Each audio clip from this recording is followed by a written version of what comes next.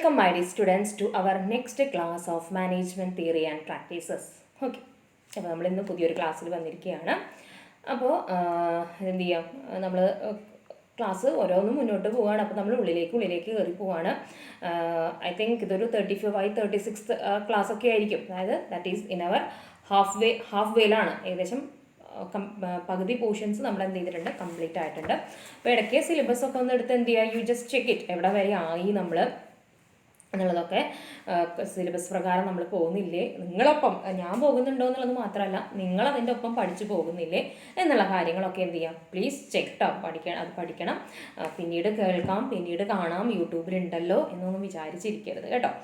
Anyway, അപ്പോൾ നമുക്ക് അന്നത്തെ ക്ലാസ്സിലേക്ക് കയറാം. അപ്പോൾ നമ്മൾ ആസ് യൂഷ്വൽ ഞാൻ പറയുന്ന ലാസ്റ്റ് ക്ലാസ്സിൽ നമ്മൾ ഡിസ്കസ് ചെയ്ത കാര്യം ഒന്ന് റിവ്യൂ ചെയ്തിട്ട് നമുക്ക് വേഗം, അല്ലെങ്കിൽ ഒരു കണ്ടിന്യൂറ്റി ചിലപ്പോൾ നിങ്ങളുടെ നിന്ന് പോകും.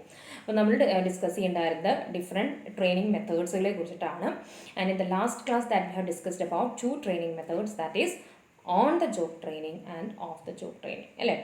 ഓൺ ദ ജോബിൽ തന്നെ നമ്മൾ പറഞ്ഞു ദർ ഇസ് 4 മെത്തേഡ്സുകളുണ്ട് എന്ന് പറഞ്ഞു. ഓൺ ദ ജോബിൽ അതിൽ ഫസ്റ്റ് പറഞ്ഞതായിരുന്നു കോച്ചിങ് ഉണ്ടെന്ന് പറഞ്ഞു, അണ്ടർ സ്റ്റഡി ഉണ്ടെന്ന് പറഞ്ഞു. പിന്നെ അതിൽ പറഞ്ഞതായിരുന്നു നമ്മൾ that is job rotation and vestibule training. And I repeat, it is very important ആണ് വെസ്റ്റിബിൾ ട്രെയിനിങ് എന്നുള്ളത് കേട്ടോ. And we have started that is discussing about the of the job ട്രെയിനിങ്ങിനെ കുറിച്ച് നമ്മൾ പറഞ്ഞു. അതിലൊന്ന് നമ്മൾ കോച്ചിങ് അല്ലേ, ക്ലാസ് റൂമിൽ നമ്മൾ എക്സാമ്പിളായിട്ട് നമ്മളത് പറഞ്ഞിട്ടുണ്ടായിരുന്നു.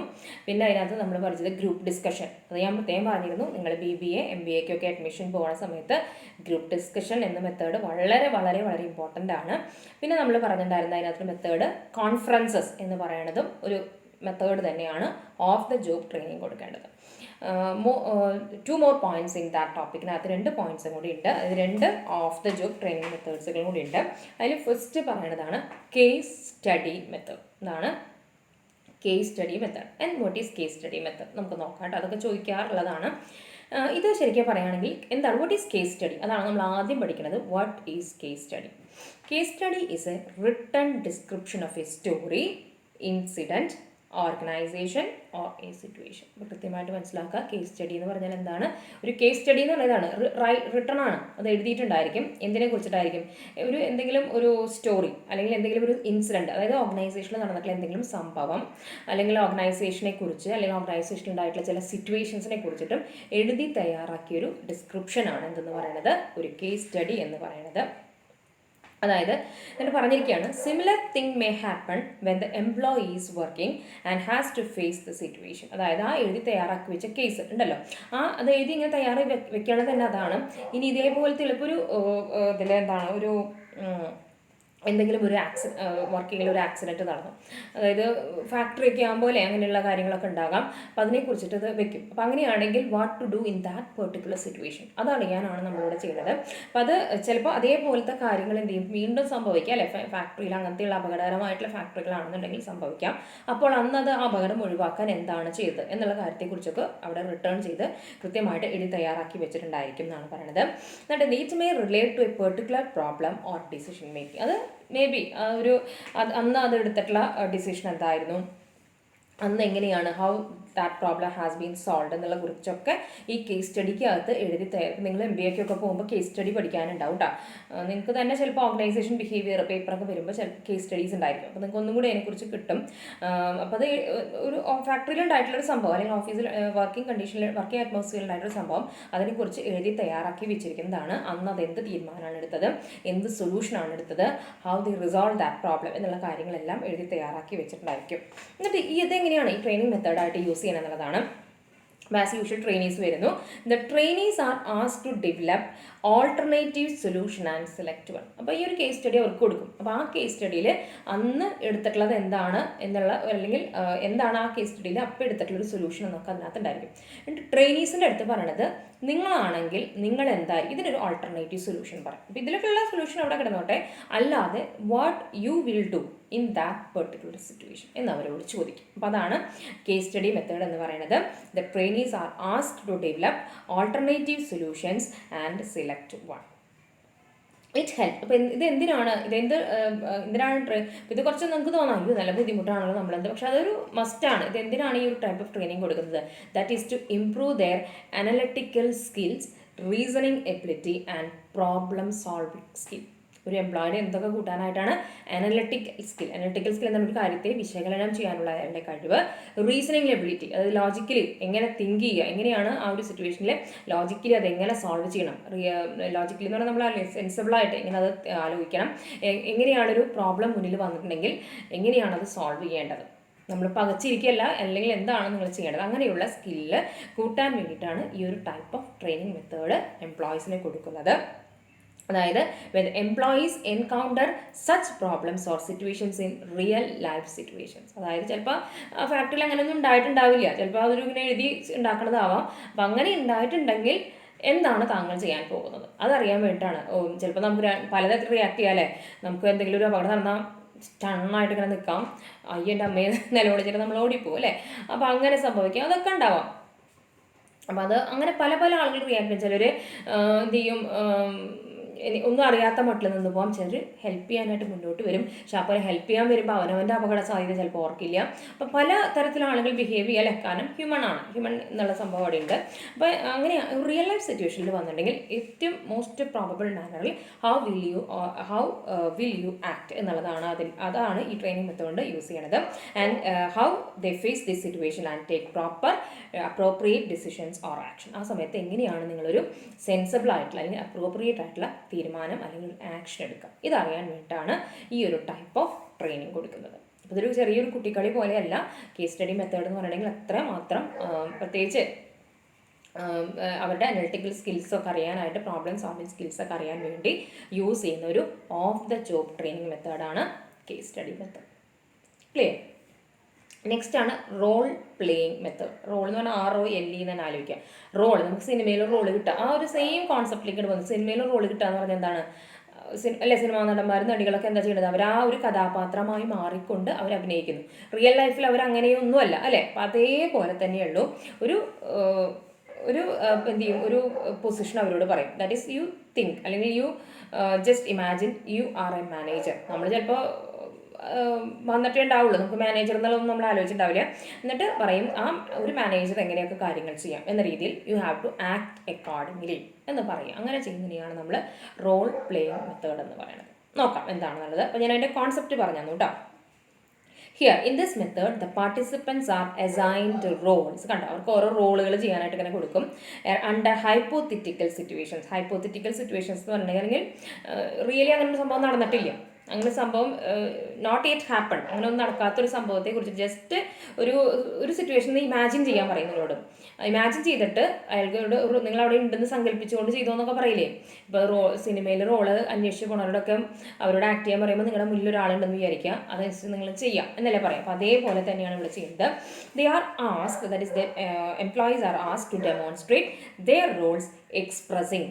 എന്നിട്ട് ആ റോൾ അവരോട് എന്ത് ചെയ്യാൻ പറയും, ചെയ്ത് കാണിക്കാൻ പറയും. അത് ചെയ്ത് കാണിക്കുമ്പോൾ എന്ത് ചെയ്യണം, they have to express their actions കാണിക്കണം, റിയാക്ഷൻസ് കാണിക്കണം, കൺസീലിയേഷൻ കാണിക്കണം, സബ്മിഷൻ ടു മാക്സ് സിറ്റുവേഷൻ. അതായത് എങ്ങനെയാണ് നമ്മളിതൊരു പ്രാക്ടിക്കൽ റിയൽ ലൈഫ് സിറ്റുവേഷനിൽ നമ്മൾ എന്താണോ ചെയ്യാൻ പോകുന്നത്. അപ്പോൾ നമുക്ക് ഈ നിങ്ങൾ BBA സ്റ്റുഡൻസ് ഒക്കെ ആയ കാരണം വേണം മാനേജ്മെൻറ്റ് ഫെസ്റ്റ് എന്നൊക്കെ പറഞ്ഞിട്ട് നടക്കും. അത് BCom BBA കുട്ടികൾക്കൊക്കെ ആയാലും വന്ന് നടക്കാം. അപ്പോൾ അവിടെയൊക്കെ ചെല്ലുമ്പോൾ മാനേജറായിട്ട് ആക്ട് ചെയ്യാനൊക്കെ നമ്മളോട് പറയും. അല്ലെങ്കിൽ ഒരു സെയിൽസ്മാൻ ആയിട്ട് നിങ്ങൾ നടന്ന് ഇതെങ്ങനെ ഇത് ഈ ഒരു പെർട്ടിക്കുലർ സാധനം മുന്നിൽ നിന്നിട്ട് നിങ്ങളിതെങ്ങനെ വിൽക്കും എന്ന രീതിയിലൊക്കെ ഒരു അഡ്വർടൈസ്മെൻറ്റ് ഉണ്ട്. ഇപ്പോൾ that I can't remember now, ഏതോ ഫോണിൻ്റെ അഡ്വർടൈസ്മെൻറ്റ് ഉണ്ട് അല്ലേ, ദാറ്റ് ഈസ് ഐ തിങ്ക് ഫോണാണെന്ന് തോന്നുന്നു. അപ്പോൾ അതിലൊക്കെ കാണാം. അപ്പോൾ അതായത് ഒരു കാര്യം മുന്നിൽ നിന്നിട്ട് നിങ്ങൾ ഇത് വിറ്റ് കാണിക്കുകയും അല്ലെങ്കിൽ നിങ്ങളത് ഒന്ന് അസ്യൂം ചെയ്തിട്ട് നിങ്ങൾ എങ്ങനെ ആക്ട് ചെയ്യുക എന്ന രീതിയിലൊക്കെ പറയും. അതൊക്കെ നമുക്ക് പ്രാക്ടിക്കൽ നിങ്ങളുടെ ഹയർ സ്റ്റഡീസിനായാലും ശരി, നിങ്ങളുടെ റിയൽ ലൈഫിൽ തന്നെ എംപ്ലോയ്മെൻറ്റുമായി ബന്ധപ്പെട്ടൊക്കെ നമുക്ക് ചെയ്യേണ്ടി വരാവുന്ന ചില കാര്യങ്ങളാണ് കേട്ടോ അതൊക്കെ. അപ്പോൾ അത് അങ്ങനെയുള്ള കാര്യങ്ങൾ നീ അവരുടെ എക്സ്പ്രസ് ചെയ്യാനായിട്ട് പറയും. അതുകൊണ്ട് തന്നെ ഈ ഒരു മെത്തേഡിനെ ആക്ഷൻ ഓറിയൻറ്റഡ് മെത്തേഡ് എന്നാണ് പറയുന്നത്. കുറച്ച് ആക്ഷൻ അവിടെ ആവശ്യമാണ്. സിനിമയിലൊക്കെ ആക്ഷൻ പറയണത് തന്നെ ആലോചിക്കുക അല്ലേ, ഇതടിച്ചിട്ട് ആക്ഷൻ എന്ന് പറയുമ്പോഴാണ് അവർ അഭിനയിച്ചു തുടങ്ങുന്നത്. അപ്പോൾ അതേപോലെ തന്നെ ഇതൊരു ആക്ഷൻ ഓറിയൻറ്റഡ് മെത്തേഡാണ്.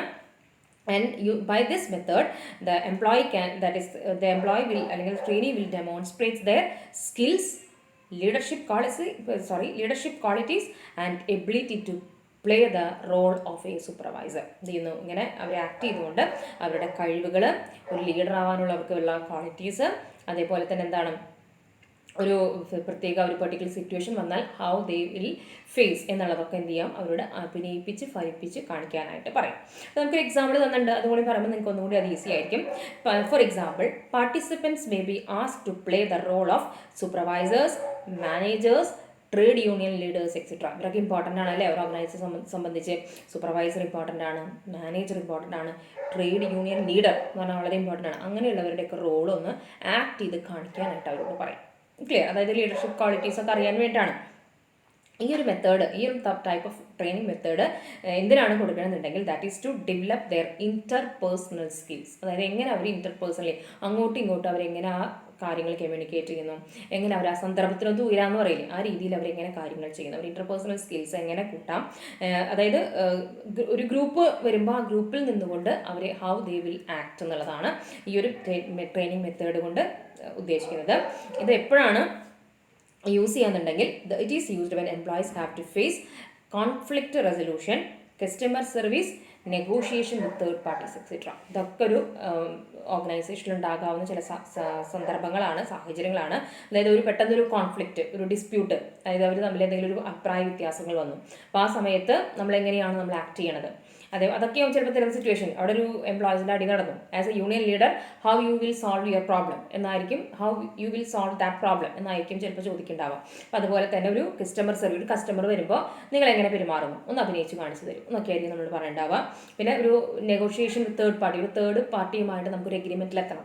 അങ്ങനെയാണെങ്കിൽ നിങ്ങൾ എങ്ങനെ ആ ടേംസ് ആൻഡ് കണ്ടീഷൻസ് പറഞ്ഞ് മനസ്സിലാക്കിക്കൊണ്ട് എങ്ങനെ നമ്മുടെ ഭാഗത്തേക്ക് അയാളെയാക്കും. അപ്പോൾ ആ രീതിയിലൊക്കെ അവരോട് അഭിനയിച്ച് കാണിക്കാൻ പറയുന്ന ഒരു മെത്തേഡാണ് റോൾ പ്ലേയിങ് മെത്തേഡ് കേട്ടോ. ഇതാണ് that is by this we come to the end of the training മെത്തേഡ്സിൻ്റെ ലാസ്റ്റിലേക്ക് നമ്മളെത്തി. അപ്പോൾ നമുക്ക് പ്രതീക്ഷിക്കാവുന്ന ഒരു 5 മാർക്കിനോ അല്ലെങ്കിൽ 2 മാർക്കിനോ ഇതിലേതെങ്കിലുമൊക്കെ എടുത്ത് ചോദിക്കാം, വെജിറ്റബിളും ഒക്കെ എടുത്ത് ചോദിക്കാം.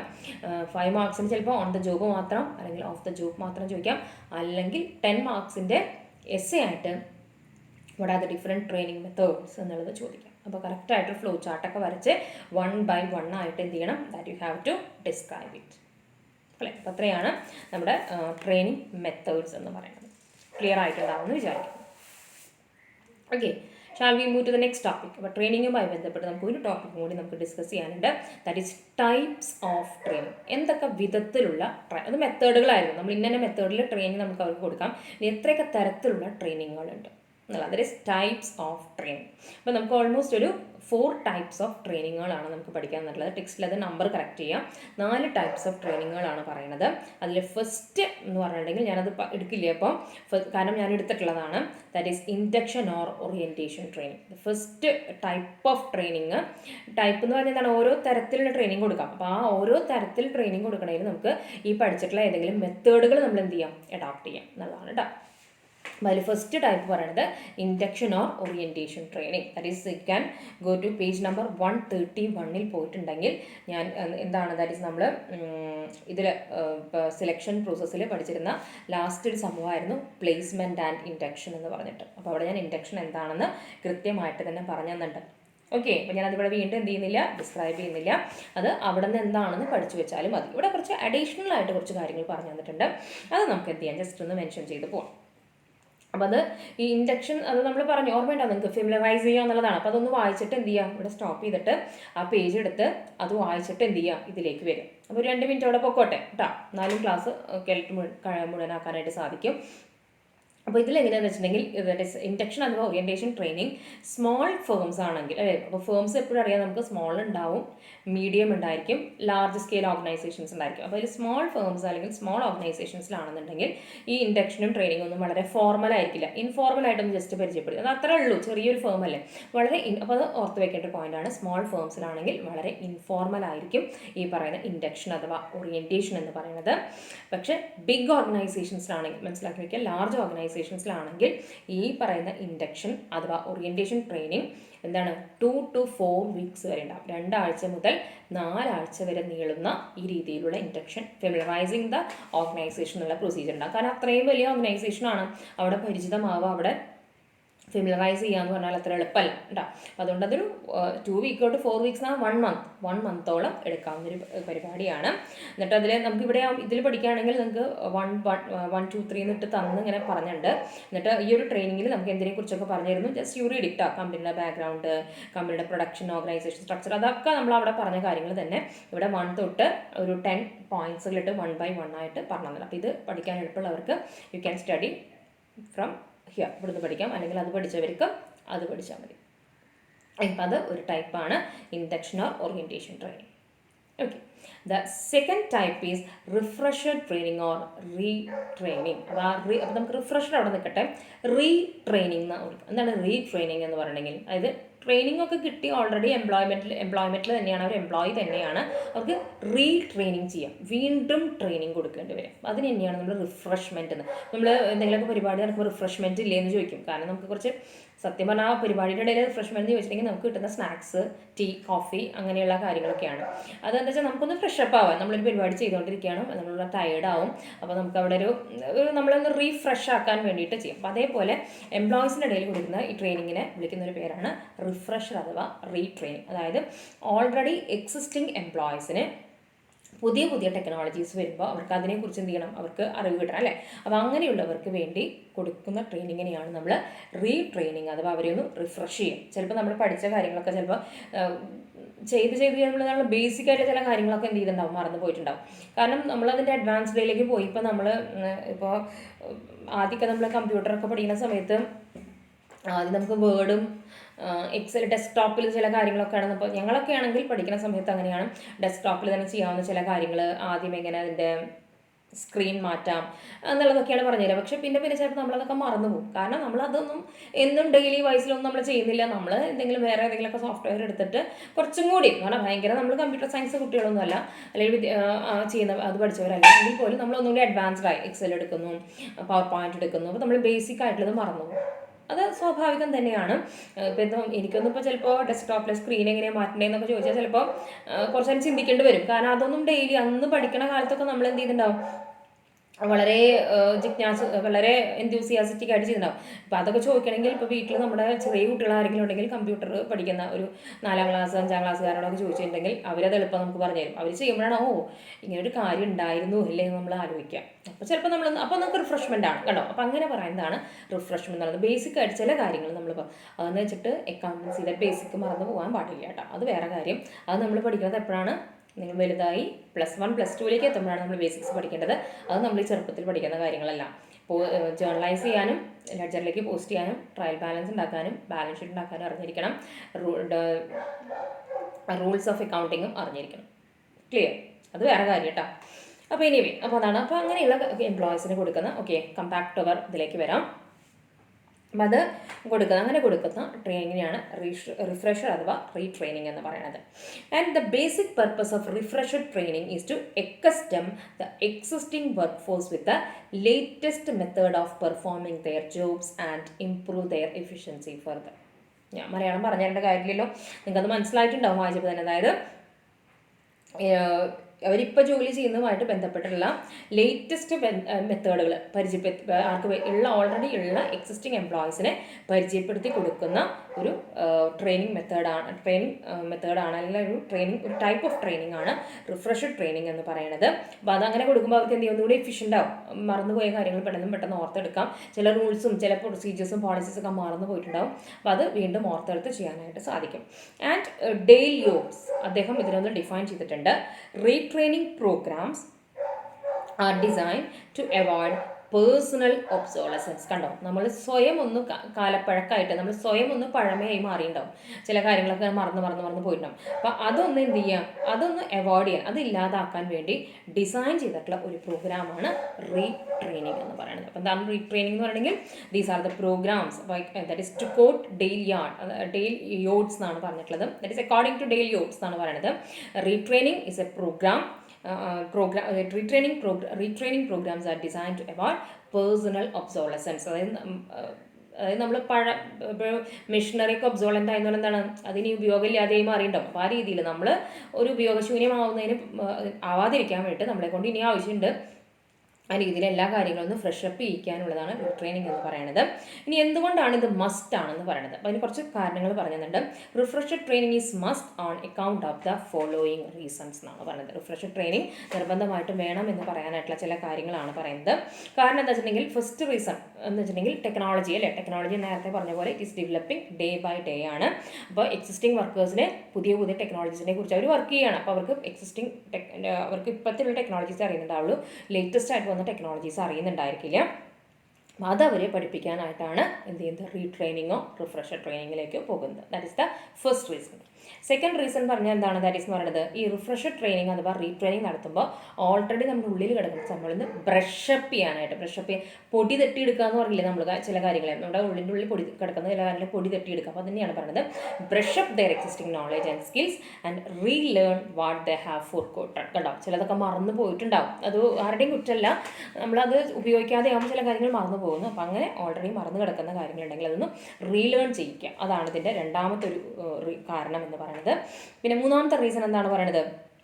അതായത് ചില ജോലികളിൽ ചില മാറ്റങ്ങൾ വരും. അത് ഡിമാൻഡ് അനുസരിച്ച് ആ ജോലികളിൽ ചില മാറ്റങ്ങൾ അനിവാര്യമായിട്ട് വരും, ആ ഒരു പ്രത്യേക ജോലിയിൽ തന്നെ. അപ്പോൾ ആ മാറ്റങ്ങൾ വരുമ്പോൾ ആ വന്ന മാറ്റങ്ങൾ കൃത്യമായിട്ട് ഉൾക്കൊള്ളണമെങ്കിൽ അവർക്ക് എന്ത് ചെയ്യണം? അതനുസരിച്ചുള്ള ട്രെയിനിങ് കൊടുക്കണം. അതാണ് പറയുന്നത് new jobs that are created due to changes in the demand for goods and services are to be manned by the existing employees. അല്ല, ചില പുതിയ ഇപ്പോൾ നമുക്ക് ഈ കോവിഡ് വന്നപ്പോൾ അറിയാം അല്ലേ, പുതിയ നമ്മൾ കുറേ കാര്യങ്ങൾ പുതിയതായിട്ട് പരിചയപ്പെടുത്തും. ആദ്യം നമുക്ക് എങ്ങനെ ഗ്ലൗസ് ഇടാമെന്നോ എങ്ങനെ മാസ്ക് വെക്കാമെന്നോ എന്നും നമുക്ക് അറിയുന്നുണ്ടായിരുന്നില്ല. പക്ഷെ നിരന്തരമായിട്ട് നമുക്ക് അതിനെക്കുറിച്ചൊക്കെ ന്യൂസ് ചാനൽ വഴിയും എല്ലാ കാര്യങ്ങളെയും കുറിച്ച് നമുക്ക് ആദ്യം കൈ കഴുകാനാണ് പഠിപ്പിച്ചത് അല്ലേ. നമ്മൾ കൈ കഴുകാറുണ്ട്, ഒറ്റ കൈ ഇങ്ങനെ കഴുകും. പക്ഷെ നമുക്കത് നമ്മൾ ചെറിയ ക്ലാസ്സുകളിൽ LKG UKG ഫസ്റ്റ് സ്റ്റാൻഡേർഡിലൊക്കെ നമുക്ക് ഇതേപോലെ കൈ കഴുകണം എന്നുള്ളതൊക്കെ വാഷ് യുവർ ഹാൻഡ്സ് എന്നൊക്കെ പറഞ്ഞൊരു റൈം തന്നെ നമ്മൾ പഠിക്കാറുണ്ട് അല്ലേ. അതൊക്കെ നമ്മൾ മറന്നുപോയി കിടക്കുന്നതായിരുന്നു. വീണ്ടും ഈ ഒരു കാലം വന്നപ്പോഴാണ് അത് എങ്ങനെയാണ് നമുക്ക് wash your hands, how to എന്താണ് പണ്ടൊക്കെ നമ്മൾ ചെറിയ കുട്ടികൾ പഠിച്ചതെന്നാണ് വൈ യു സ്നീസ്, എന്താണ് you have to cover your face എന്നൊക്കെ. അതൊക്കെ പിന്നെ ചിലരൊക്കെ മറന്നു പോയിട്ടാണ് ചിലർ കാര്യങ്ങൾ ചെയ്യുന്നത്. അപ്പോൾ അത് കണ്ട ചില സിറ്റുവേഷൻസ് അനുസരിച്ച് ചില കാര്യങ്ങൾ റീട്രെയിൻ ചെയ്യേണ്ടതായിട്ട് വരും. അപ്പോൾ അതൊരു റീസണാണ്. പിന്നത്തെ ഒരു റീസൺ പ്രൊമോഷന് വേണ്ടിയിട്ട്. അതായത് നമുക്ക് പ്രൊമോഷൻ ചാൻസ് ഉണ്ടായിരിക്കും. പ്രൊമോഷൻ ചാൻസ് വരുമ്പോൾ നമുക്ക് ആ പുതിയ ജോലിയുടെ കുറച്ച് കാര്യങ്ങൾ നമുക്ക് പഠിച്ചെടുക്കേണ്ടതായിട്ട് വരും. ആ സമയത്ത് നമുക്ക് ഉള്ള കാര്യങ്ങളൊക്കെ ഒന്ന് നമ്മൾ റിഫ്രഷ് ചെയ്തിട്ടാണ് പുതിയൊരു ജോലിയിലേക്ക് നമ്മളെ പ്രവേശിപ്പിക്കുക. അപ്പം പ്രൊമോഷൻ്റെ റീസൺ വരും. പ്രൊമോഷൻ എന്നുള്ള ഒരു റീസണും തന്നെയാണ് റീട്രെയിനിങ് അഥവാ റിഫ്രഷർ ട്രെയിനിങ്ങിൻ്റെ ഒരു വൺ ഓഫ് ദ റീസൺ ആയിട്ട് തന്നെ നമുക്ക് കണക്കാക്കാം. പ്രത്യേകിച്ച് ഈ പ്രൊമോഷൻ ഇൻറ്റേർണൽ നടത്തുകയാണെങ്കിൽ അല്ലേ, നമ്മൾ പഠിച്ചു ഇൻറ്റേർണലിനെയാണ് നടത്തുക. അവിടെ സഫീഷ്യൻ്റ് ആളുകളില്ല എങ്കിൽ മാത്രമാണ് എക്സ്റ്റേണലിലേക്ക് പോകുള്ളൂ. ഇപ്പോൾ ഇൻറ്റേർണൽ പ്രൊമോഷൻ നടത്തുകയാണെന്നുണ്ടെങ്കിൽ നമുക്ക് പുതിയ മാറ്റങ്ങളിലേക്ക് ഉൾക്കൊള്ളണമെങ്കിൽ നമ്മൾ പഴയ കാര്യങ്ങൾ ഒന്നുകൂടി തറവാക്കി പുതിയ കാര്യങ്ങൾ നമ്മൾ എന്ത് ചെയ്യും, അതിൻ്റെ ചൂട് പിടിച്ച് തന്നെ നമുക്ക് മുന്നോട്ട് പോകേണ്ടതായിട്ട് വരും. അപ്പോൾ അത്രയും ഈ പറയുന്ന കാരണങ്ങൾ കൊണ്ടാണ് റിഫ്രഷർ ട്രെയിനിങ് അഥവാ റീട്രെയിനിങ്ങിലേക്ക് ഓർഗനൈസേഷൻസ് പോകുന്നത്. ക്ലിയർ? നെക്സ്റ്റ് പറയുന്നതാണ് അപ്രന്റീസ്ഷിപ്പ് ട്രെയിനിങ്. അത് മനസ്സിലാക്കി വയ്ക്കുക. അപ്രന്റീസ്ഷിപ്പ് ട്രെയിനിങ് എന്ന് പറയുന്നത് എന്താണെന്നുള്ളത് സാധാരണ ഇത് ഡിപ്ലോമ കഴിയുന്ന ടെക്നിക്കലുമായി ബന്ധപ്പെട്ടിട്ടുള്ള അങ്ങനെയുള്ള അത് പഠിച്ചു വരുന്ന കുട്ടികൾക്കാണ് ഈ അപ്രന്റീസ്ഷിപ്പ് ട്രെയിനിങ് കൊടുക്കുക. Let's discuss what is this എന്ന് നമുക്ക് നോക്കാം. This involves imparting of knowledge and skill to do a craft or a series of related job. അപ്പോൾ എങ്ങനെയുള്ള ജോലിക്ക് വേണ്ടിയിട്ടാണ് ഈ ഒരു ടൈപ്പ് ഓഫ് ട്രെയിനിങ് അഡോപ്റ്റ് ചെയ്യുക? അതായത് ക്രാഫ്റ്റ് വർക്കുകൾ. ക്രാഫ്റ്റ് എന്ന് നമ്മൾ എന്തെങ്കിലും അല്ല, നമ്മൾ കൈകൊണ്ട് ചെയ്യുന്ന ചില വേലകൾ. അതായത് ഇപ്പോൾ നമ്മളിപ്പോൾ എന്തെങ്കിലുമൊക്കെ ഈ ക്രാഫ്റ്റ്, ഇപ്പോൾ കുത്തുപണി, എന്തെങ്കിലും നെയ്യുക, തയ്ക്കുക, അങ്ങനെയുള്ള കാര്യങ്ങളൊക്കെ ഇല്ലേ. അപ്പോൾ അങ്ങനെയുള്ളതിനാണ് നമ്മൾ അപ്രന്റീസ്ഷിപ്പ് എന്ന് പറയുന്നത്. എന്തെങ്കിലും ഒരു ക്രാഫ്റ്റ്, അത് കലാപരം എന്നല്ല, കൈകൊണ്ട് ചെയ്യുന്ന തൊഴിലുകൾ അങ്ങനെയുള്ള അങ്ങനെ എന്തെങ്കിലും ക്രാഫ്റ്റോ അല്ലെങ്കിൽ റിലേറ്റഡ് ആയിട്ട് കിടക്കുന്ന ചില ഒരു സീരീസ് ആയിട്ടുള്ള ചില ജോലികൾ, അങ്ങനെയുള്ള ജോലികൾക്ക് അതിന് വേണ്ടിയിട്ടുള്ള അങ്ങനെയുള്ള ജോലികളുടെ അറിവ് കൊടുക്കാൻ വേണ്ടിയിട്ടാണ് ഈ അപ്രന്റീസ്ഷിപ്പ് ട്രെയിനിങ് കൊടുക്കുക എന്നാണ് പറയുന്നത്.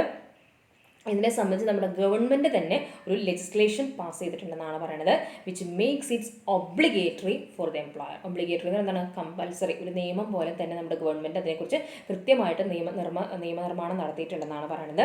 The government has pass with legislation which makes its obligatory for employer to provide apprentice training to young persons. അത് ചെറുപ്പക്കാർക്കുള്ളതാണ് അപ്രന്റീസ് ട്രെയിനിങ് എന്ന് പറയുന്നത്. ജസ്റ്റ് പാസ് ഔട്ടായി വന്നിട്ടുള്ള കുട്ടികൾക്കാണ്. ഈ ITI എന്നൊക്കെ വരില്ലേ, MTI അവിടുന്നൊക്കെ പാസ്സായി വരുന്ന ഡിപ്ലോമ പഠിച്ച കുട്ടികൾക്കാണ്. ഈ ഇലക്ട്രോണിക്സ് അങ്ങനെയുള്ള ഡിപ്ലോമകൾ പഠിക്കില്ലേ, അപ്പോൾ അത് ഗവൺമെൻറ് തന്നെ പറഞ്ഞിട്ടുണ്ട്, നിർബന്ധമായും എംപ്ലോയർ അവർക്ക് അപ്രൻറ്റിസ്ഷിപ്പ് ട്രെയിനിങ് കൊടുക്കണം, എന്നിട്ടാണ് അവരെ അബ്സോർബ് ചെയ്യാൻ പാടുള്ളൂ എന്ന് ഗവൺമെൻറ് പറഞ്ഞിട്ടുണ്ട്. ഇത് സാധാരണയായിട്ട് ഈ അപ്രൻറ്റിസ്ഷിപ്പ് പ്രോഗ്രാം എന്ന് പറയുന്നത് combine on the job training ഉണ്ടായിരിക്കും, അതിനകത്ത് ഓഫ് ദ ജോബ് ഉണ്ടായിരിക്കും. കാരണം എങ്ങനെയാണ് പറയുന്നത്, on the job training method ഉണ്ട്, ക്ലാസ് റൂം ഉണ്ട്. ക്ലാസ് റൂം എന്ന് പറഞ്ഞാൽ ഏതാണോ നമ്മൾ പഠിച്ചത്, ഓഫ് ദ ജോബാണ്. അപ്പോൾ ഇത് രണ്ടിൻ്റെയും കൂടി ഒരു കമ്പൈൻഡ് ആണ് ശരിക്കും എന്തെന്ന് പറയുന്നത് അപ്രൻറ്റിസ്ഷിപ്പ് ട്രെയിനിങ്. കുറച്ചവർക്ക് classroom off the job കൊടുക്കും, കുറച്ചവർക്ക് ഓൺ ദ ജോബും കൊടുക്കും. അപ്പോൾ ഇത് രണ്ടും കൂടി കമ്പൈൻ ചെയ്തിട്ടാണ് ഈ ടൈപ്പ് ഓഫ് ട്രെയിനിങ് പ്രൊവൈഡ് ചെയ്യണമെന്നാണ് പറയുന്നത്. ഇത് പ്രത്യേകിച്ച് very much prevalent in technical trades. ഞാൻ പറയാം, ടെക്നിക്കൽ ആയിട്ടുള്ള ആസ്പെക്ട്സുകളാണ് സാധാരണ ഇത് കൊടുക്കുക. Like printing, building construction, welding, mechanical and electric works. ഇപ്പം ഈ നമ്മുടെ വീട്ടിൽ ഇലക്ട്രിക് വർക്ക്സിനൊക്കെ വരിക, പ്ലംബിങ് അങ്ങനെയൊക്കെ വരില്ല. അവർ പഠിച്ച് പാസ് ഔട്ട് ആയിട്ടുണ്ടെങ്കിൽ അവരൊരു അപ്രൻറ്റിസ്ഷിപ്പ് ട്രെയിനിങ്ങിന് പോകും. അവർക്ക് ട്രെയിനിങ് കിട്ടുകയാണ്, എന്നിട്ടാണ് അവർ സ്വന്തമായിട്ട് എന്തെങ്കിലും അതിന് സർട്ടിഫിക്കറ്റും കാര്യങ്ങളൊക്കെ ഉണ്ട് അവർക്ക്. ആ സർട്ടിഫിക്കറ്റൊക്കെ ഉണ്ടെങ്കിലാണ് അവർക്ക് ഇൻഡിപെൻഡൻ്റ് ആയിട്ട് ഇൻഡിവിജ്വലായിട്ട് ജോലി ചെയ്യാനായിട്ട് പോകാൻ പറ്റുള്ളൂ. അതാണ് പറയണത്. ഇതെങ്ങനെയാണ് അവിടെ ട്രെയിനിങ് കൊടുക്കാൻ വെച്ചിട്ടുണ്ടെങ്കിൽ, the training in this case is placed under the supervision of N experienced person who teaches him the necessary skills and observe his performance. ഇങ്ങനെ ഈ ഒരു ട്രെയിനിങ് എങ്ങനെയാണ്, ഈ ടൈപ്പ് ഓഫ് ട്രെയിനിങ് എങ്ങനെ കൊടുക്കാമെന്ന് പറയുന്നത്, ഈ ട്രെയിനിങ്ങിനെ ഒരു വളരെ എക്സ്പീരിയൻസ്ഡ് ആയിട്ടുള്ള ഒരാളുടെ ഒബ്സർവേഷനിൽ വെക്കും. അയാളുടെ സൂപ്പർവൈസർ, അതായത് ഈ നിങ്ങളെ കാണാം, ഈ പ്ലംബിംഗ് ഒക്കെ പഠിച്ചവരാണെങ്കിൽ ആദ്യം മെയിനായിട്ട് പ്ലംബിംഗ് വർക്ക് ചെയ്യാനായിട്ട് റെക്കഗ്നൈസേഷൻ കിട്ടിയ ആളുകളുണ്ടായിരിക്കും. അവരുടെ കൂടെ പണിക്ക് പോകും. അവരുടെ കൂടെ പണിക്ക് പോയിട്ടാണ് അവർ എന്ത് ചെയ്യുക, ചെയ്ത് പഠിക്കുക. അപ്പോൾ അതൊരു ടൈപ്പ് ഓഫ് അപ്രൻറ്റിസ്ഷിപ്പ് ട്രെയിനിങ് തന്നെയാണ്. ചില ഗവൺമെൻറ് ഓഫീസുകളിൽ ഒരു അപ്രൻറ്റിസ്ഷിപ്പിന് പോകാറുണ്ട്. അപ്പോൾ അങ്ങനെയൊക്കെ ഉണ്ട്. അവരുടെ കൂടെ നിന്നുകൊണ്ട് ആവശ്യമുള്ള സ്കിൽസ് പഠിച്ചെടുക്കുന്നു. അങ്ങനെ എന്നിട്ട് അപ്പോൾ ആ സൂപ്പർവൈസർ അല്ലെങ്കിൽ ആ എക്സ്പേർട്ട് എന്ത് ചെയ്യുന്നു, അവരെങ്ങനെയാണ് ജോലി ചെയ്യുന്നത് എന്നുള്ളത് അവർ ഒബ്സർവ് ചെയ്യുന്നതാണ് പറയുന്നത്. ഇതൊരു പ്രത്യേകത, ഇതൊരു അപ്രൻറ്റിസ്ഷിപ്പ് ട്രെയിനിങ് എന്താണെന്ന് ചോദിച്ചിട്ടുണ്ടെങ്കിൽ നെക്സ്റ്റ് ഞാൻ ഈ പറയുന്ന വാചകം അതിനകത്ത് വന്നിരിക്കണം, എന്നാലേ നിങ്ങൾക്ക് അവിടെ മാർക്ക് കിട്ടുള്ളൂ. ഈ ചെയ്യുന്ന ട്രെയിനിങ്ങിന് അവർക്കൊരു സ്റ്റൈപ്പൻറ്റ് കിട്ടും.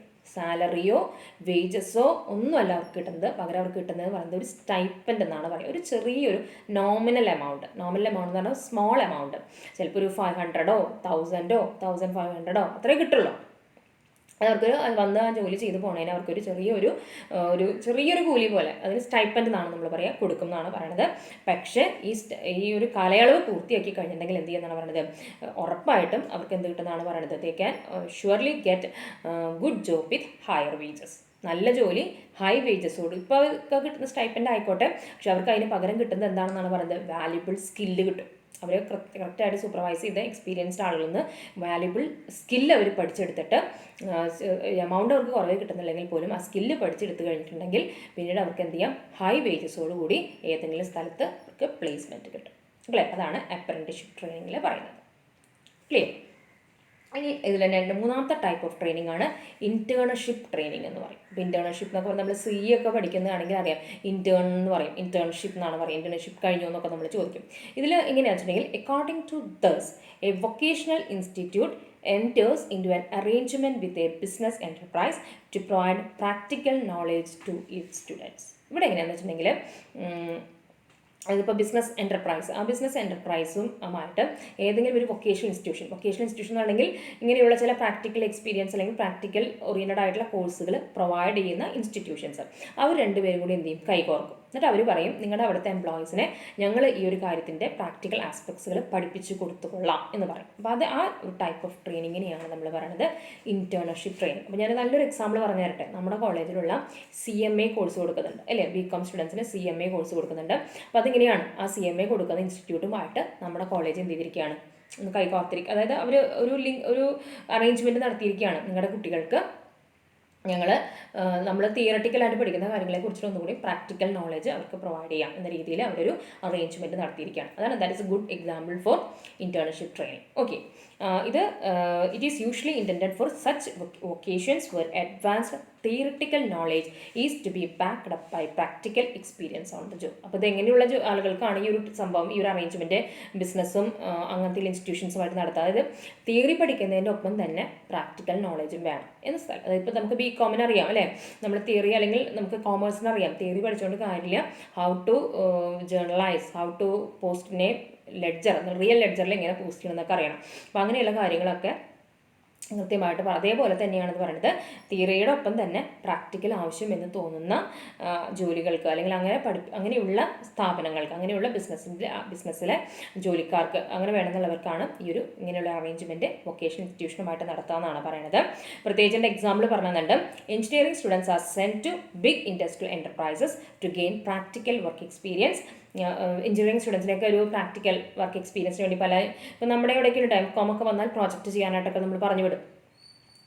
കാരണം അവരൊരു കമ്പനിയിൽ പോയിട്ട് എങ്ങനെയാണ് അവിടുത്തെ കാര്യങ്ങളൊക്കെ പഠിക്കട്ടെ, അവിടെ എങ്ങനെയാണ് പെരുമാറട്ടെ, അവർ ഇൻട്രൊഡ്യൂസ് ചെയ്തൊക്കെ നമുക്ക് ചെയ്യേണ്ടതായിട്ട് വരും. ബികോമിനുണ്ട്. ഇപ്പോൾ പിന്നെ ബികോമിന് അങ്ങനെ നമ്മൾ ഇൻസ്റ്റിറ്റ്യൂഷൻസിലേക്ക് വിടാറില്ല. അതുപോലെ തന്നെ മെഡിക്കൽ സ്റ്റുഡൻസിൻ്റെ ഹോസ്പിറ്റൽസിലേക്ക്, ഹൗസ് സർജൻസി എന്നൊക്കെ പറയില്ലേ, അപ്പോൾ അതുപോലെയൊക്കെ വിടുന്നതാണ് പറയണത്. ചില കേസിൽ ഇതിൻ്റെ ഒരു ഗുണം എന്താ, ഈ ടൈപ്പ് ഓഫ് ട്രെയിനിൻ്റെ ഗുണം എന്താ വെച്ചിട്ടുണ്ടെങ്കിൽ ഈ ഒരു ഇൻറ്റേൺഷിപ്പ് ട്രെയിനിങ് കഴിഞ്ഞാൽ ചിലപ്പോൾ അതാത് സ്ഥാപനങ്ങൾ തന്നെ അവരെന്ത് ചെയ്യും, അബ്സോർബ് ചെയ്യും. അവർ നന്നായി ഇൻറ്റേൺഷിപ്പൊക്കെ കംപ്ലീറ്റ് ചെയ്ത് കഴിഞ്ഞിട്ടുണ്ടെങ്കിൽ അവർ തന്നെ പറയും ഞങ്ങൾ തന്നെ ജോലി തരാട്ടോ എന്ന രീതി. കാരണം അവർ നന്നായി പെർഫോം ചെയ്തിട്ടുണ്ട്. അപ്പോൾ അതാണ് പറയുന്നത് in certain cases the enterprises giving training will absorb them. അതാണ് ഇൻറ്റേൺഷിപ്പ് ട്രെയിനിങ്ങിൻ്റെ ഒരു ഗുണം എന്ന് പറയുന്നത്. Okay, by that we come to the end of our staffing function. Clear? നമ്മൾ that is staffing function, that is from page number 111 നിന്ന് തുടങ്ങിയ staffing ഫംഗ്ഷനാണ്. ഇത്രയും ഡീറ്റെയിൽ 139 ആണ് ഇപ്പം നമ്മുടെ പേജ്. അത്രയും കാര്യങ്ങൾ നമ്മൾ that is the third function of management, that is സ്റ്റാഫിങ്ങിനെ കുറിച്ച് പറഞ്ഞു. അപ്പോൾ നമുക്ക് 5 ഫംഗ്ഷൻസ് ആണുള്ളത്. അതിൽ പ്ലാനിങ് ഡീറ്റെയിൽഡിൽ പോയി, നമ്മൾ ഓർഗനൈസിങ് ഡീറ്റെയിൽഡ് പോയി, സ്റ്റാഫിങ്ങും നമ്മൾ ഡീറ്റെയിൽഡ് കണ്ടു. ക്ലിയർ? അപ്പോൾ ഇതിപ്പോൾ ഈ ഇൻറ്റേൺഷിപ്പ് ട്രെയിനിങ് എന്നുള്ളത് പറഞ്ഞു നിർത്തിയെന്നുണ്ടെങ്കിൽ നമ്മൾ സ്റ്റാഫിംഗ് പ്രോസസ്സിൻ്റെ ഒരു 9 സ്റ്റെപ്സിൽ 7 നമുക്ക് ഡീറ്റെയിൽഡ് പഠിക്കാണ്ടായിരുന്നു.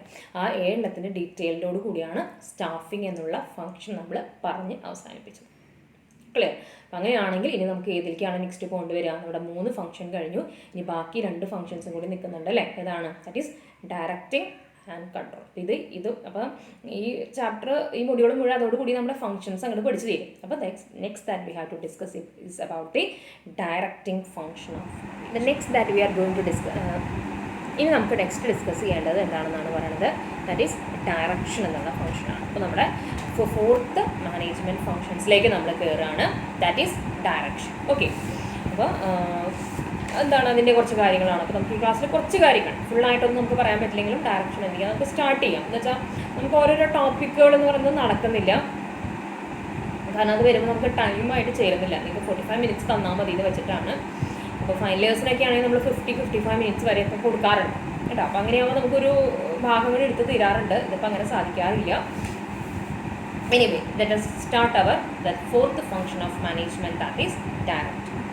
ഇവിടെ ഞാൻ എക്സാം പോയിന്റ് ഓഫ് വ്യൂവിൽ തന്നെയാണ് പറയുന്നത്. What is directing, define, direction. ഇത്രയാണ് നമുക്ക് അവിടെ പഠിച്ചു വെക്കേണ്ട കാര്യങ്ങൾ എന്ന് പറയുന്നത്.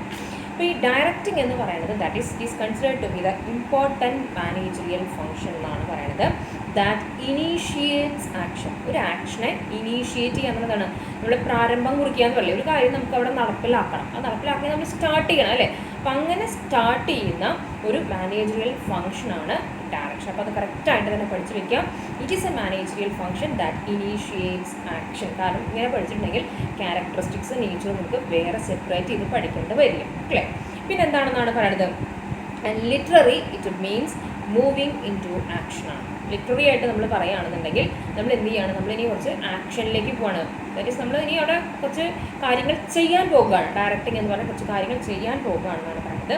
That is activating the human resources toward the attainment of the objectives of the enterprise. അതായത് നമ്മൾ എന്ത് ചെയ്യാൻ പോവാണ്, നമ്മൾ ഹ്യൂമൻ റിസോഴ്സിനൊന്ന് ആക്ടിവേറ്റ് ചെയ്യാൻ പോവാണ്. കാരണം അവരിനി പ്രവർത്തിച്ചു തുടങ്ങിയാൽ അവർ എവിടേക്ക് എത്തുള്ളൂ, ഓർഗനൈസേഷൻ്റെ ഒബ്ജക്റ്റീവ്സിലേക്ക് അവർ എന്ത് ചെയ്യുള്ളൂ, അവരുടെ കൂട്ടായ പ്രവർത്തനത്തിൽ കൂടി ആ ഒബ്ജക്റ്റീവ്സിലേക്ക് എത്താനായിട്ട് സാധിക്കുള്ളൂ എന്നാണ് പറയുന്നത്. And it is concerned with, അത് ഡയറക്റ്റിംഗ് എന്ന് പറഞ്ഞാൽ എന്താണെന്നാണ് പറയുന്നത്, with instructing, guiding and inspiring the people to achieve the organization objectives. അപ്പോൾ ഈ ഡയറക്ഷനകത്ത് ഡയറക്റ്റിങ്ങിൽ എന്തൊക്കെയുണ്ടെന്നാണ് പറയുന്നത്, ഇൻസ്ട്രക്ഷൻസ്, നിർദ്ദേശങ്ങൾ കൊടുക്കുന്നു. ഗൈഡൻസ് എന്താണ്, മാർഗ്ഗനിർദ്ദേശങ്ങൾ അല്ലേ, മാർഗ്ഗനിർദ്ദേശങ്ങൾ കൊടുക്കുന്നു. ആൻഡ് ഇൻസ്പയറിംഗ് എന്താണ്, അവരെ പ്രോത്സാഹിപ്പിക്കുന്നു. എന്തിനു വേണ്ടിയിട്ട്, ആ ഓർഗനൈസേഷൻ ഒബ്ജക്റ്റീവ്സിൽ എത്തിക്കാനായിട്ട് അവർക്ക് നിർദ്ദേശങ്ങൾ കൊടുക്കുന്നു, നല്ല കറക്റ്റായിട്ടുള്ള ഗൈഡ് ലൈൻസ് കൊടുക്കുന്നു, അതിനവരെ മോട്ടിവേറ്റ് ചെയ്യുന്നു. അതുകൊണ്ടാണ് പറയുന്നത് എന്താണ്, ഇത് ഒരു മൂവിങ് ഇൻ ടു ആക്ഷൻ അഥവാ ഇനീഷ്യേറ്റ് ആക്ഷൻ എന്ന് പറയുന്ന ഒരു ഫംഗ്ഷനാണ് ഡയറക്റ്റിംഗ് എന്ന് പറയുന്നത്. ക്ലിയർ? അതായത് നമ്മൾ ഇതുവരെ നമ്മൾ 3 ഫങ്ഷൻസ് പഠിച്ചു അല്ലേ. ദാറ്റ് ഈസ് പ്ലാനിങ്ങും ഓർഗനൈസിങ് കണ്ടു, സ്റ്റാഫിങ് കണ്ടു, 4th ഫംഗ്ഷനാണ് ഡയറക്റ്റിംഗ്. അതിലിപ്പോൾ നമ്മൾ ഇതുവരെ പഠിച്ച ആ 3 ഫംഗ്ഷൻസിനെ നമ്മൾ വിളിക്കുന്നത് പ്രിപ്പറേറ്ററി ഫംഗ്ഷൻസ് എന്നാണ്. എന്താണ് പ്രിപ്പയർ ചെയ്യുക എന്ന് പറഞ്ഞെങ്കിൽ ഹൗ ടു പ്രിപ്പയർ എന്ന് പറഞ്ഞാൽ പ്രിപ്പയർ എന്ന് തയ്യാറാക്കുക. അപ്പോൾ ഈ 3 തയ്യാറെടുപ്പ് അങ്ങനെ ചെയ്യുന്ന ഫങ്ഷൻസ് എന്നാണ്. അതായത് നമ്മൾ നമ്മുടെ ഓർഗനൈസേഷൻ ഒബ്ജക്റ്റിലേക്ക് എത്തുന്നതിന് മുൻപുള്ള തയ്യാറെടുപ്പുകളാണ് by planning, by organizing, by staffing വഴി ചെയ്യുന്നത് അല്ലേ. ആദ്യം നമ്മൾ എല്ലാ കാര്യങ്ങളും പ്ലാൻ ചെയ്തു, അതെല്ലാം ഒരു സിസ്റ്റമാറ്റിക് വേയിൽ ഓർഗനൈസ് ചെയ്തു. ഇനി അതിലേക്ക് വേണ്ടിയുള്ള ആളുകളെ അപ്പോയിൻറ്റ് ചെയ്തു കഴിഞ്ഞു. ഇനി അപ്പോയിൻറ്റ് ചെയ്ത ആളുകളെയാണ് നമ്മൾ എന്ത് ചെയ്യേണ്ടത്? അവർക്ക് ട്രെയിനിങ് കൊടുത്തു കഴിഞ്ഞു. ആ കൊടുത്ത ആളുകളെയാണെങ്കിൽ നമ്മൾ എന്ത് ചെയ്യേണ്ടത്? ദാറ്റ് ഈസ് അവരെ പ്രവർത്തിപ്പിച്ചുകൊണ്ട് അവരെ ആക്ഷനിലേക്ക് വരുത്തിക്കൊണ്ട് ഓർഗനൈസേഷണൽ ഒബ്ജക്റ്റീവ്സിലേക്ക് എത്തിക്കേണ്ടത്. അവർക്ക് നിർദ്ദേശങ്ങൾ കൊടുക്കാം. അത് ഈ എടുത്ത സ്റ്റാഫിനെ നമുക്ക് എന്ത് ചെയ്യണം? നമ്മൾ ആവശ്യത്തിനുള്ള ഗൈഡൻസും ഇൻസ്ട്രക്ഷൻസും ഒക്കെ കൊടുത്തിട്ട് അവരുടെ ഇന്ന കാര്യങ്ങൾ ചെയ്യുക എന്ന് പറഞ്ഞ രീതിയിലേക്ക് ആ സ്റ്റാർട്ടിങ് വന്ന് അവിടെ ഒരു പ്രാക്ടിക്കലിലേക്ക് വരുന്നൊരു ഫംഗ്ഷനാണ് ഡയറക്റ്റിംഗ്. അതുകൊണ്ട് തന്നെ പ്ലാനിങ്ങും ഓർഗനൈസിങ് സ്റ്റാഫിങ്ങിനും നമ്മൾ പ്രിപ്പറേറ്ററി ഫംഗ്ഷൻ എന്നാണ് പറയുക. But the work actually starts when the manager performs the function of directing. ശരിക്കും പക്ഷേ ഇത്രയും നേരം നമ്മൾ കുറേ അതിൻ്റെയൊക്കെ പ്രാരംഭ നടപടികളൊക്കെ ചെയ്തു വെച്ചു അല്ലേ. ഇനി ശരിക്കും അവിടെ കാര്യങ്ങൾ നടന്നു തുടങ്ങുക എപ്പോഴാണെന്നാണ് പറയുന്നത്? നമ്മൾ നിർദ്ദേശങ്ങൾ കൊടുക്കുമ്പോൾ. ഇപ്പോൾ എനിക്കൊരു നിർദ്ദേശം കിട്ടിക്കഴിഞ്ഞിട്ടുണ്ടെന്നുണ്ടെങ്കിൽ ഞാൻ അതിന് മുൻപാണെങ്കിൽ ഒരു ടീച്ചർ എന്നുള്ള നിലയ്ക്ക് ഞങ്ങൾ ആദ്യം എന്ത് ചെയ്യുന്നു? എല്ലാ കാര്യങ്ങളും പ്ലാൻ ചെയ്ത് ഞങ്ങൾ എല്ലാ കാര്യങ്ങളും എന്ത് ചെയ്യുന്നുണ്ട്? ഞങ്ങളെല്ലാ കാര്യങ്ങളും ഓർഗനൈസ് ചെയ്ത് വെക്കുന്നു. അത് കഴിഞ്ഞിട്ടുണ്ടെങ്കിൽ ഞങ്ങൾക്ക് സ്റ്റാഫിങ്, ഞങ്ങൾക്ക് ഇന്ന സബ്ജക്റ്റുകൾ എന്ന രീതിയിൽ ഞങ്ങൾക്കെല്ലാം തരുന്നു. ചെയ്ത് കഴിഞ്ഞിട്ടുണ്ടെന്നുണ്ടെങ്കിൽ പിന്നെ എന്ത് ചെയ്യാണ്? ഇനി ഞങ്ങൾ ക്ലാസ് തുടങ്ങിയാലേ, നിങ്ങൾ ക്ലാസ് തുടങ്ങിയപ്പോൾ ഞങ്ങൾ ആക്ഷനിലേക്ക് വന്നു. ക്ലാസ്സുകൾ ഞങ്ങൾ എന്ത് ചെയ്തു? ഇട്ട് തുടങ്ങി, ഞങ്ങളത് എടുത്തു തുടങ്ങി, ഇടുന്നു, നമ്മളൊരു ഇൻട്രാക്ഷൻ നടത്തുന്നു. കണ്ടോ? അപ്പോൾ അതുപോലെ തന്നെയാണ് നിർദ്ദേശങ്ങൾ കിട്ടുന്നതനുസരിച്ച് നമ്മൾ ചെയ്യും. അപ്പോൾ അതാണ് പറയണത്, work actually starts when the manager performs the function of directing എന്നാണ് പറയുന്നത്. അതന്നെ നമുക്ക് പറയാം. നമ്മുടെ ലാസ്റ്റ് ഫംഗ്ഷനിലെ, അതായത് ഡയറക്റ്റിംഗ് കഴിഞ്ഞാൽ ഏതാണ്? കൺട്രോളിങ്. അപ്പോൾ നമ്മൾ ആ കൺട്രോളിങ് ഫംഗ്ഷൻ ഒന്നും ഇവിടെ തൊട്ട് പോവാണ്. Controlling function is performed to find out whether or not the goals are being achieved എന്നാണ് പറയുന്നത്. അതായത് കൺട്രോളിങ് ഫംഗ്ഷൻസ് അവിടെ നമുക്ക് എന്ത് ചെയ്യണം? ഡയറക്ഷൻ പ്രവർത്തനം ആരംഭിക്കുന്നതോടുകൂടി പതുക്കെ അവിടെ ഏത് ഫംഗ്ഷനും കൂടി തലയുയർത്തി വരും? കൺട്രോളിങ് എന്നുള്ള ഫംഗ്ഷനും കൂടി തലയെടുത്ത് വരും, പതുക്കെ പൊന്തി വരുന്നതാണ്. അത് കാരണം നമ്മൾ നിർദ്ദേശങ്ങൾ കൊടുത്ത പ്രകാരം അവർ ചെയ്യുന്നുണ്ടോ, ചെയ്തെങ്കിൽ അത് ചെയ്ത് കൊടുത്ത് വിചാരിച്ച സ്ഥലത്തേക്ക് എത്തിയോ, ചെയ്തിട്ടില്ലയോ എന്നൊക്കെ നമുക്ക് എന്ത് ചെയ്യണം? ദാറ്റ് വി ഹാവ് ടു നോക്കണം അല്ലേ. അപ്പോൾ അവിടെ വരുമ്പോൾ അവിടെ ചെറിയൊരു നിയന്ത്രണം ആവശ്യമുണ്ട്. കാര്യങ്ങൾ ശരിയായി ചെയ്യുന്നില്ല എങ്കിൽ നിയന്ത്രിച്ച് അവർ കറക്റ്റായ രീതിയിലേക്ക് കൊണ്ടുവിടുന്നു അല്ലേ. അതാണ് പറയുന്നത്. അപ്പോൾ കൺട്രോളിങ് എന്നുള്ള ഫംഗ്ഷനും പതുക്കെ എന്ത് ചെയ്യുന്നുണ്ട്? ഈ ഡയറക്റ്റിംഗ് ഫംഗ്ഷൻ്റെ ഒപ്പം തന്നെ അവിടെ ദാറ്റ് ഈസ് പതുക്കെ അത് പൊങ്ങി വരികയാണെന്നാണ് പറയുന്നത്. അതുകൊണ്ട് തന്നെ ഡയറക്റ്റിംഗ് ഫംഗ്ഷൻ നമുക്ക് എന്താണെന്ന് പറയാമെന്നാണ് പറയുന്നത്? It act as A link between the preparatory function and the controlling function. ഇതെന്ത് തമ്മിലുള്ള ഒരു ലിങ്കാണ് ഈ ഡയറക്റ്റിംഗ് ഫംഗ്ഷൻ എന്ന് പറഞ്ഞെങ്കിൽ? പ്രിപ്പറേറ്ററി ഫംഗ്ഷൻസും കൺട്രോളിംഗ് ഫംഗ്ഷൻ്റെ ഇടയിൽ ഇത് രണ്ടിനെയും കൂട്ടിയിണക്കുന്ന ഒരു ലിങ്കാണ് ദാറ്റ് ഈസ് ഡയറക്റ്റിംഗ് ഫംഗ്ഷൻ. അപ്പോൾ പ്രിപ്പറേറ്ററി ഫംഗ്ഷൻസ് ഏതൊക്കെയാണെന്നാണ് പറഞ്ഞത്? Planning, organising, staffing. അതിനെ ലിങ്ക് ചെയ്യുക, ഒരു ആരോ ഇട്ട് കഴിഞ്ഞിട്ടുണ്ടെങ്കിൽ അത് ഏതിലേക്ക് വരും? ദാറ്റ് ഈസ് ലാസ്റ്റ് നമ്മുടെ ഫംഗ്ഷനായിട്ടുള്ള കൺട്രോളിങ്ങിലേക്ക് വരും. ഈ കൺട്രോളിങ്ങിനെയും ഈ പറയുന്ന പ്രിപ്പറേറ്ററി ഫംഗ്ഷൻസായ പ്ലാനിങ്ങിനെയും ഓർഗനൈസിങ്ങിനെയും സ്റ്റാഫിനെയും ലിങ്ക് ചെയ്യുന്ന ഒരു ഫംഗ്ഷനാണിതെന്ന് പറയുന്നത് ഡയറക്റ്റിംഗ് ഫംഗ്ഷൻ. ഇവിടെ വരെ ക്ലിയർ ആയോ? മറക്കാൻ പാടില്ല, ക്ലിയർ ആയിട്ട് കേട്ടോ. പ്രിപ്പറേറ്ററി ഫംഗ്ഷൻസും കൺട്രോളിങ് ഫംഗ്ഷനെയും ലിങ്ക് ചെയ്യുന്ന ഒരു ഫംഗ്ഷനാണ് ഡയറക്റ്റിംഗ് ഫംഗ്ഷൻ. അതോടുകൂടി നമ്മുടെ 5 ഫംഗ്ഷൻസിലേക്ക് നമ്മൾ എത്തും. ക്ലിയർ എന്നാണ് പറയണത്. ഡയറക്ഷനെ തന്നെ നമ്മൾ വിളിക്കുന്ന വേറൊരു പേരാണ് മാനേജ്മെൻറ്റ് ഇൻ ആക്ഷൻ. മാനേജ്മെൻറ്റ് അവിടെ എന്ത് ചെയ്യാണ്? ആക്ഷൻ, ഡൂയിങ്ങിലേക്ക് വരുന്നത്, അതായത് അവിടെ ഒരു പ്രവൃത്തിയിലേക്ക് വന്നു. അതാണ് പറയുന്നത് direction is also called as management in action എന്നാണ് പറയുന്നത്. അതുകൊണ്ട് ഡയറക്റ്റിംഗ് ഫംഗ്ഷൻ, നമ്മുടെ ഡയറക്റ്റിംഗ് എന്നുള്ള ഫംഗ്ഷൻ തുടങ്ങിക്കഴിഞ്ഞിട്ടുണ്ടെങ്കിൽ function leads, supervisors, motivates and communicates with the employees properly. ഇതിനകത്ത് വരുന്ന അതായത് ഡയറക്ഷൻ സ്റ്റാർട്ട് ചെയ്യുന്നതോടുകൂടി എന്താ കാര്യങ്ങൾ അതിനകത്ത് വരുന്നതാണ്? അത് ലീഡ് ചെയ്യും. അതായത് എങ്ങോട്ടൊക്കെയാണ് നിങ്ങൾ പോകേണ്ടത്? ലീഡ് ചെയ്യും. സൂപ്പർവൈസ് ചെയ്യും, നമ്മൾ മേൽനോട്ടം വഹിക്കും, എവിടെ എന്തൊക്കെ കാര്യങ്ങൾ ചെയ്യും. മോട്ടിവേറ്റ് ചെയ്യും, നമ്മൾ എന്ത് ചെയ്യും? പ്രോത്സാഹിപ്പിച്ചുകൊണ്ടേയിരിക്കും. ചെയ്യൂ നമ്മൾ അച്ചീവ്മെൻറ്റ് ഒബ്ജക്റ്റീവ്സിലേക്ക് എത്താറായി. ആൻഡ് കമ്മ്യൂണിക്കേറ്റ് ചെയ്യും. എല്ലാ നിർദ്ദേശങ്ങളും നമ്മൾക്ക് എന്ത് ചെയ്യും? എംപ്ലോയീസിനെ കൃത്യമായിട്ട് കമ്മ്യൂണിക്കേറ്റ് ചെയ്ത് തരികയും ചെയ്യും. അപ്പോൾ ഇപ്പം തന്നെ ഓർത്ത് വയ്ക്കാം. ലീഡ്സ് എന്ന് പറഞ്ഞാൽ ലീഡർഷിപ്പ് എന്ന് പറയുന്നു. സൂപ്പർവിഷൻ എന്ന് പറയുന്നു. മോട്ടിവേഷൻ എന്ന് പറയുന്നു. കമ്മ്യൂണിക്കേഷൻ എന്ന് പറയുന്നു. ഈ 4 എണ്ണത്തിനെയാണ് ഡയറക്ഷൻ്റെ എലമെൻറ്റ്സ് എന്ന് പറയുക. നമുക്ക് ഡീറ്റെയിൽ ആയിട്ട് പഠിക്കാൻ വരുന്നുണ്ട്. എലമെൻറ്റ്സ് ഓഫ് ഡയറക്റ്റിംഗ് ഞാനിപ്പോൾ തന്നെ പറഞ്ഞു പോകുന്നുണ്ട്. ഏതൊക്കെയാണ്? ലീഡ്സ് എന്ന് പറഞ്ഞാൽ ലീഡർഷിപ്പ് എന്നുള്ളതിലേക്ക്, സൂപ്പർവൈസേഴ്സ് എന്ന് പറഞ്ഞാൽ സൂപ്പർവിഷനിലേക്ക്, മോട്ടിവേറ്റ്സ് എന്ന് പറഞ്ഞാൽ മോട്ടിവേഷൻ, കമ്മ്യൂണിക്കേറ്റ്സ് എന്ന് പറഞ്ഞാൽ കമ്മ്യൂണിക്കേഷൻ. ഈ 4 എലമെൻറ്റും എന്ത് ചെയ്യുന്നു? ബൈ ഡയറക്ഷൻ വഴി ദാറ്റ് ഈസ് സ്റ്റാർട്ട് ചെയ്ത് തുടങ്ങുന്നു. അല്ലെങ്കിൽ ഡയറക്ഷൻ്റെ 4 എലമെൻറ്റ്സ് അഥവാ 4 പാർട്സ് ആണ് നമുക്ക് ഈ പറയുന്ന കാര്യങ്ങൾ എന്ന് പറയുന്നത്. ഇതോടുകൂടി നമ്മുടെ അപ്പോൾ ഇതാണ് വാട്ട് ഈസ് ഡയറക്ഷൻ. അപ്പോൾ ഇതിൽ നിങ്ങൾക്ക് പറ്റാവുന്ന രീതിയിലുള്ള ഒരു 2-3 സ്റ്റെൻസുകൾ പഠിച്ചു വയ്ക്കാം. And that is next come to the definition of ഡയറക്ഷനിലേക്ക് വരാം. അപ്പോൾ ഇതിൽ 3 പേരുടെ ഡെഫിനിഷൻ കൊടുത്തിട്ടുണ്ട്. നിങ്ങൾ പഠിക്കും. അത് വലിയ ഡെഫിനിഷൻ കണ്ടാൽ നിങ്ങൾ പഠിക്കില്ല അല്ല, നമ്മളെപ്പോഴും ചെറുതിലാണ് നമ്മുടെ കണ്ണ്, പക്ഷെ പഠിക്കാൻ ചിലപ്പോൾ വലുതായിരിക്കും എളുപ്പം. Anyway I am here mentioning definitions of mentioning the definitions of Kuhns and O'Donnell and Ernest Day. ഇവർ 2 പേരുടെ ഡെഫിനിഷനാണ് ഞാൻ പറയുന്നത്. ഇനി തിയോ ഹേമാൻ്റെ തന്നിട്ടുണ്ട്, അത് പഠിക്കുന്നവർ പഠിച്ചോളൂ. ഇൻട്രാക്ഷൻ വരുമ്പോൾ അതാണ് മിസ്സേ പഠിക്കുന്നതെന്ന് പറഞ്ഞെങ്കിൽ ഞാനത് എക്സ്പ്ലെയിൻ ചെയ്ത് തരാം. ഫസ്റ്റ് അപ്പോൾ കൂൺസ് ആൻഡ് ഓഡോണലിൻ്റെ ഡെഫിനിഷൻ നമുക്ക് നോക്കാം. കൂൺസ് ആൻഡ് ഓഡോണൽ അവരെന്താണ് പറയുന്നത്? Directing is A complex function. ശരിയാണ് അല്ലേ? പ്രിപ്പറേറ്ററി ഫംഗ്ഷനെയും കൺട്രോളിംഗ് ഫംഗ്ഷനെയൊക്കെ ലിങ്ക് ചെയ്യുന്നതാണ്. അപ്പോൾ തന്നെ നമ്മൾ മനസ്സിലാക്കുക ഒരു കോംപ്ലക്സ് ഫംഗ്ഷനാണ്. That includes all those activities which are designed to encourage subordinates to work effectively and efficiently. ഇതാണ് ഡയറക്റ്റിംഗ് എന്ന് പറയുന്നത്. ഡയറക്റ്റിംഗ് ഒരു വളരെ കോംപ്ലക്സ് ആയിട്ടുള്ളൊരു ഫംഗ്ഷനാണ്. അതായത് ആ ഫംഗ്ഷനകത്ത് ഒരുവിധം എല്ലാ ആക്ടിവിറ്റീസും അതിനകത്തുണ്ടെന്നാണ് പറയുന്നത്. എങ്ങനെയുള്ള ആക്ടിവിറ്റീസ്? എന്തിനു വേണ്ടി ഡിസൈൻ ചെയ്തിട്ടുള്ള ആക്ടിവിറ്റീസാണ്?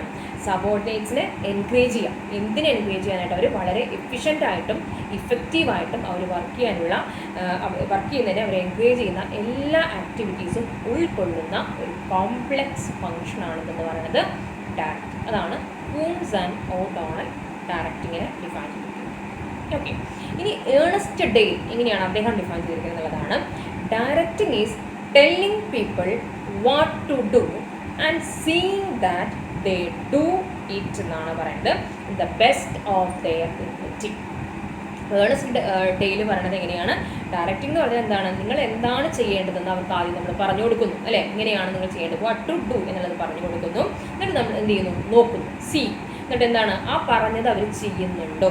And seeing that they do it the best of their ability. അവരുടെ കഴിവിനനുസരിച്ച്, അവർ പരമാവധി കഴിവിനനുസരിച്ച് അവർ ആ കാര്യങ്ങൾ ചെയ്യുന്നുണ്ടോ എന്ന് നോക്കുന്നതാണ് ഡയറക്റ്റിംഗ് എന്നാണ് ഏണസ്റ്റ് ഡെയിൽ പറഞ്ഞത്. ഇതിലേത് ഡെഫിനേഷൻ വേണമെങ്കിലും നിങ്ങൾ പഠിച്ചോളും, നോ പ്രോബ്ലം. ഇനി ഇതെല്ലാം നിങ്ങൾ +2 വേറെ ഏതെങ്കിലും ഡയറക്റ്റ് ഡെഫിനേഷൻ പഠിച്ചിട്ടുണ്ടെങ്കിൽ അതായാലും മതി.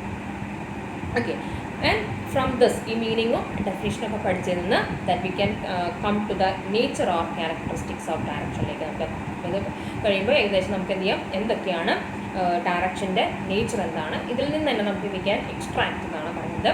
ഫസ്റ്റ് പറയുന്നത് it is A dynamic function എന്നാണ് പറയുന്നത്. എന്താണ് ഡയറക്റ്റിംഗ് എന്ന് പറഞ്ഞാൽ? ഒരു ഡൈനാമിക് എന്ന് പറഞ്ഞാൽ that is full of energetic ആയിട്ടുള്ള, വളരെ എനർജറ്റിക്, വളരെ ആക്റ്റീവ് ആയിട്ടുള്ള, വളരെ മൂവ്മെൻറ്റോടുകൂടി. ഡൈനാമിക് എന്ന് പറഞ്ഞാൽ ശരിക്കും ചേഞ്ചിങ് എന്നാണ്. അതായത് കാര്യങ്ങൾ ഇങ്ങനെ ഇങ്ങനെ ചേഞ്ച് ചെയ്യപ്പോഴാണ് നമ്മൾ കാര്യങ്ങൾ ഭംഗിയായിട്ട് ചെയ്യുമ്പോഴാണ് അല്ലെ മാറ്റങ്ങൾ ഇങ്ങനെ വന്നുകൊണ്ടിരിക്കും. അപ്പം അങ്ങനെയുള്ള നല്ല എനർജറ്റിക് ആയിട്ടുള്ള ഒരു ഫംഗ്ഷനാണ് direction. That is the first characteristic. Second പറയുന്നത് എന്താണ്? It begins or initiates action. നമ്മൾ ആദ്യം ഡയറക്റ്റിംഗ് തുടങ്ങിയത് അങ്ങനെ തന്നെയാണ് അല്ലേ? ഡയറക്റ്റിംഗ് എന്ന് പറഞ്ഞാൽ ഇറ്റ് ഇനീഷ്യേറ്റ്സ് ആക്ഷൻ. ഒരു ആക്ഷന് തുടക്കം കുറിക്കുന്നതിനെയാണ് നമ്മൾ എന്ത് പറയുന്നത്? ഡയറക്റ്റിംഗ് എന്ന് പറയുന്നത്. ബിഗിൻസ് എന്നാണ് പറയുന്നത്. തേർഡ് എന്താണ് അതിൻ്റെ ക്യാരക്ടറിസ്റ്റിക്സ് പറയുന്നത്? It links various managerial function അല്ലേ? അതായത് ഏറ്റവും ഷോർട്ട് ഫോമിൽ പറയുന്നത് POS, that is P for planning, O for organising, S for staffing. ഒരു ലിങ്ക് ദാറ്റ് ഈസ് ലിങ്ക്സ് എന്തിനെ? സീനെ ലിങ്ക് ചെയ്യുന്നു. സി എന്ന് പറഞ്ഞാൽ ഏതാണ്? കൺട്രോളിങ്. അപ്പം POS ലിങ്ക്സ് സി. നടുവിൽ നമ്മുടെ 5 മാനേജറിയൽ ഫംഗ്ഷൻസിനെയും അല്ലെങ്കിൽ നമ്മുടെ 4 മാനേജറിയൽ ഫംഗ്ഷൻസിനെയും, 5 ഉള്ളത്, 4 മാനേജറിയൽ ഫംഗ്ഷൻസിനെയും ലിങ്ക് ചെയ്യുന്ന ദാറ്റ് ഈസ് ഫിഫ്ത്ത് ഫംഗ്ഷനാണ് ഡയറക്റ്റിംഗ് എന്ന് പറയുന്നത്. It is a universal function എന്നാണ് പറയുന്നത്. എന്താണ്? യൂണിവേഴ്സലി ഇതിനെ അപ്ലിക്കബിൾ ചെയ്യാവുന്ന ഒരു ഫംഗ്ഷനാണ്. It is concern with human factor. അത് വലിയൊരു ഇമ്പോർട്ടൻ്റ് ആയിട്ടുള്ളൊരു പോയിന്റ് ഡയറക്റ്റിങ്ങിന്. അതായത് ഡയറക്റ്റിംഗ് എന്ന് പറഞ്ഞാൽ എന്താണ്? ഹ്യൂമൻ ഫാക്ടറുമായി ബന്ധപ്പെട്ടതാണ്. മനുഷ്യരെയാണത്. മനുഷ്യരെ കൺട്രോൾ ചെയ്യുക അല്ലെങ്കിൽ അവർക്ക് നിർദ്ദേശങ്ങൾ കൊടുക്കുക, നമ്മൾ അങ്ങോട്ട് പറഞ്ഞ് ഇങ്ങോട്ട് പോകില്ല, നമുക്കെല്ലാം അറിയാം. അപ്പോൾ ഡയറക്ഷൻ എന്ന് പറയുന്നത് ഹ്യൂമൻ ആസ്പെക്ട് ഓറിയൻറ്റഡ് ആണ്, ഹ്യൂമൻ ആസ്പെക്ട് റിലേറ്റഡ് ആണ്. അപ്പോൾ അതിന് അതിൻ്റേതായിട്ടുള്ള ഇമ്പോർട്ടൻസ് അതിനുണ്ട്. ഇറ്റ് ഈസ് എ കണ്ടിന്യൂസ് പ്രോസസ്സാണ്. ഒരു കാര്യം കഴിഞ്ഞു എന്നുള്ളതല്ല, നിരന്തരമായിട്ട് തന്നെ ചെയ്യേണ്ട ഒരു പ്രോസസ്സാണ് ദാറ്റ്സ് എന്ന് പറയുന്നത്. ദാറ്റ് ഇസ് ഡയറക്റ്റിംഗ് എന്ന് പറയുന്നത്.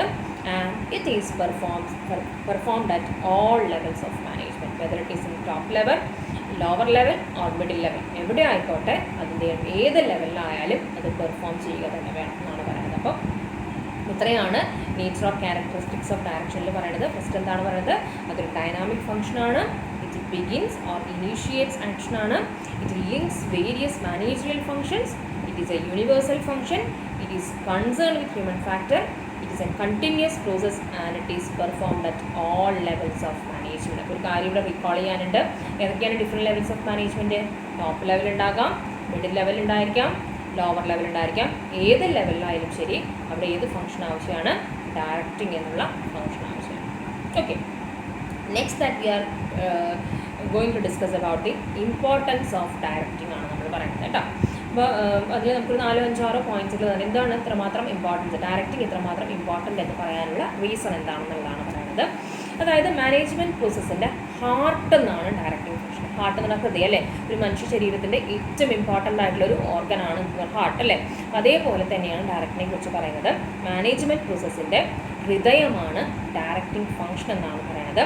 Planning, organising and staffing function will be effective only when directing function initiates action. അതായത് നമ്മൾ ആദ്യത്തെ നമ്മുടെ ഫംഗ്ഷൻസുകളില്ലേ, പ്ലാനിങ്ങും ഓർഗനൈസിങ്ങും സ്റ്റാഫിങ്ങും, ഇതെല്ലാം ഇഫക്റ്റീവ് ആവണം. അതായത് എല്ലാം ഭംഗിയായി പ്ലാൻ ചെയ്തിട്ടുണ്ട്, എല്ലാം ഓർഗനൈസ് ചെയ്തിട്ടുണ്ട്, കൃത്യമായിട്ടുള്ള ആളുകളെ നമ്മൾ എടുത്തിട്ടുണ്ട്. പക്ഷെ അവർക്ക് കൊടുക്കുന്ന നിർദ്ദേശങ്ങൾ, ഇൻസ്ട്രക്ഷൻസ് അഥവാ ഗൈഡൻസ് എന്ന് പറയുന്നത് വെരി വെരി ഇമ്പോർട്ടൻ്റ് ആണ്. ആ ഡയറക്റ്റിങ്ങിൽ ഒന്ന് പഴിച്ചു പോയിട്ടുണ്ടെങ്കിൽ പിന്നെ തോന്നിയ പോലെയാവും കാര്യങ്ങൾ അല്ലേ. അപ്പോൾ അതുകൊണ്ടാണ് പറയുന്നത് അത് ഈ പറയുന്ന ഫംഗ്ഷൻസ് ഒക്കെ ഇഫക്റ്റീവ് ആവണമെന്നുണ്ടെന്നുണ്ടെങ്കിൽ എന്താണ്, ഡയറക്റ്റിംഗ് ഫംഗ്ഷൻ എന്ത് ചെയ്യണം, അവിടെ സ്റ്റാർട്ടിങ് ആവണം, കൃത്യമായിട്ട് തന്നെ സ്റ്റാർട്ട് ചെയ്യണം എന്നാണ് പറയുന്നത്. അതുകൊണ്ട് തന്നെ എന്താണെന്നാണ് പറയുന്നത്, directing function is very much important എന്നാണ് പറയുന്നത്. അതിൻ്റെ കുറച്ച് പോയിന്റ്സുകളായിട്ട് പറഞ്ഞിട്ടുള്ളത്, ദാറ്റ് ഈസ് ഫസ്റ്റ് ഇമ്പോർട്ടൻ്റ് ആയിട്ട് പറഞ്ഞത് ഇറ്റ് ഇനീഷ്യേറ്റ്സ് ആക്ഷൻ. ഓക്കെ, നമ്മൾ പറഞ്ഞതാണ്. It integrates the employees efforts. പിന്നെ it is a means of motivation എന്നാണ് പറയുന്നത്.